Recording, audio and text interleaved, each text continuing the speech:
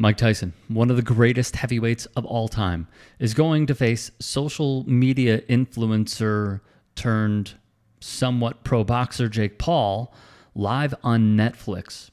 There are a few moments that have grabbed a lot of people's attention. First, it's this slap from the former champion on Jake Paul's face, and people are starting to perk up. Secondly, it was this. So after such a successful career, what type of legacy would you like to leave behind when it's all said and done? Well, I don't know. I don't believe in the word legacy. I just think that's another word for ego. Legacy doesn't mean nothing. That's just some word everybody grabbed onto. Someone said that word and everyone grabbed on the word, so now it's used every 5 seconds. It means absolutely nothing to me. I'm just passing through. I'm going to die, and it's going to be over. Who cares about legacy after that? What a big ego. So I'm going to die. I want people to think that I'm this, I'm great. No, we're nothing. We're just dead. We're dust. We're absolutely nothing. Our legacy is nothing. Well, thank you so much for sharing that. That is something that I have not heard before, someone say that as an answer. So thank you so much for giving me that kind of idea as well. Can you really imagine somebody say, I want my legacy to be this way when you're dead? Why do you want somebody to think? You think somebody really wants to think about you? What's the audacity? I think, I want people to think about me when I'm gone. Who the cares about me when I'm gone? Well, my kids, maybe, or grandkids. Who the fuck cares? A viral moment from teen reporter Jazzy that Tyson gave in an interview. As someone who has called these fights, as someone who has covered these fights, and even hosted a boxing podcast, I will give my thoughts in a moment. First, there is another level of concern. And with that, we turn to Dr. Nitin K. Sethi, a clinical associate professor of neurology at Weill Cornell Medical College. Speaking with CNN, the doctor would say, when you talk about fighters who are now above the age of 40, you worry about two things. One, I worry about the fighting in the ring itself, because is that fighter more predisposed to getting a severe traumatic brain injury under my watch while in the ring because of his or her age? The second thing I worry about is this is a fighter who has had many, many years of professional boxing under his or her belt. You worry about the chronic neurological injuries. Sethi, it should be noted, does work as a ringside physician.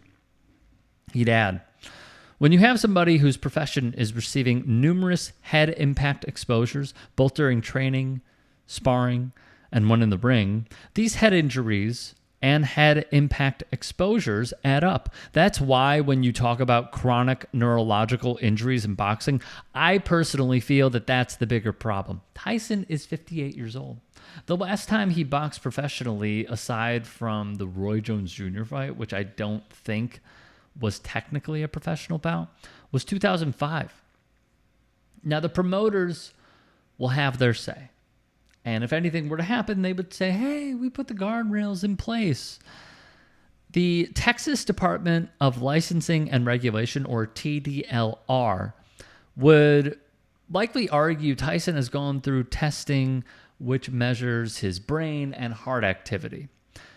There are also other guardrails in place, they would say, which are the rounds are 2 minutes, not 3, as we are accustomed to seeing in this sport.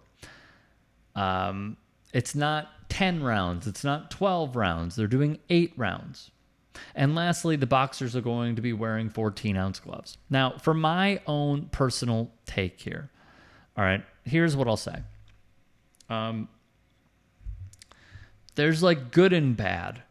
I've heard the arguments over and over and over again that, no, man, you let Jake cook, man. He's going to bring in new boxing fans. He's really going to help out so many people. The people that he is going to open up the boxing world to are here to stay. Let me address the middle point. He has helped out some in very good ways. I think his approaches to putting more women boxers on his cards has certainly helped elevate the celebrity statuses of some. I would also argue the co-main is going to be better than the main, which is Katie Taylor, Amanda Serrano 2. If you missed it, the first fight was a slugfest. at MSG. Was it, or was it Radio City? I think it was MSG. So there is something to that. The amount of times that he has gone after Dana White saying, you need to pay your fighters, you need to offer health care, blah, blah, blah. Like, yeah, that's all good. It hasn't really resulted in anything. But the argument that he is going to bring in millions of fans, it just hasn't happened. It just hasn't. And I think we need to be really honest and objective about what we're seeing. There was a reporter at this press conference who said, Jake, I'm just curious. You say you're a professional boxer and you want to be taken seriously as a professional boxer. When are you going to fight in their prime professional boxers?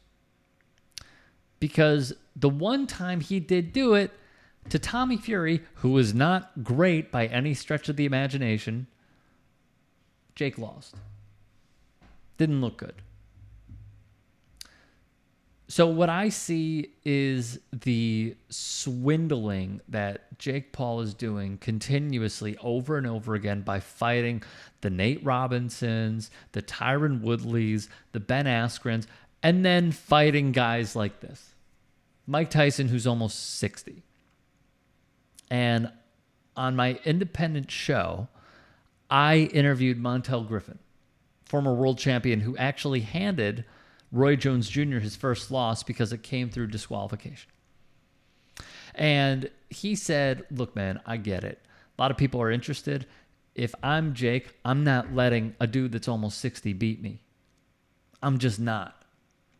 So if we're just going in with a heavy dose of objectivity, then you could just take it for what it is. It's a show. Piggybacking off of that, what really frustrates me is that I believe boxing is in a good place, but they're still not getting the amount of eyeballs that they should. Yes, you have the Buds and the Tanks and the Canelos, and the heavyweight division is just blown open. They have Alexander Usyk is ruling it. Who comes second? Good argument to be had. And I think he wins the rematch over Tyson Fury. But we are valuing the freak show over the reality.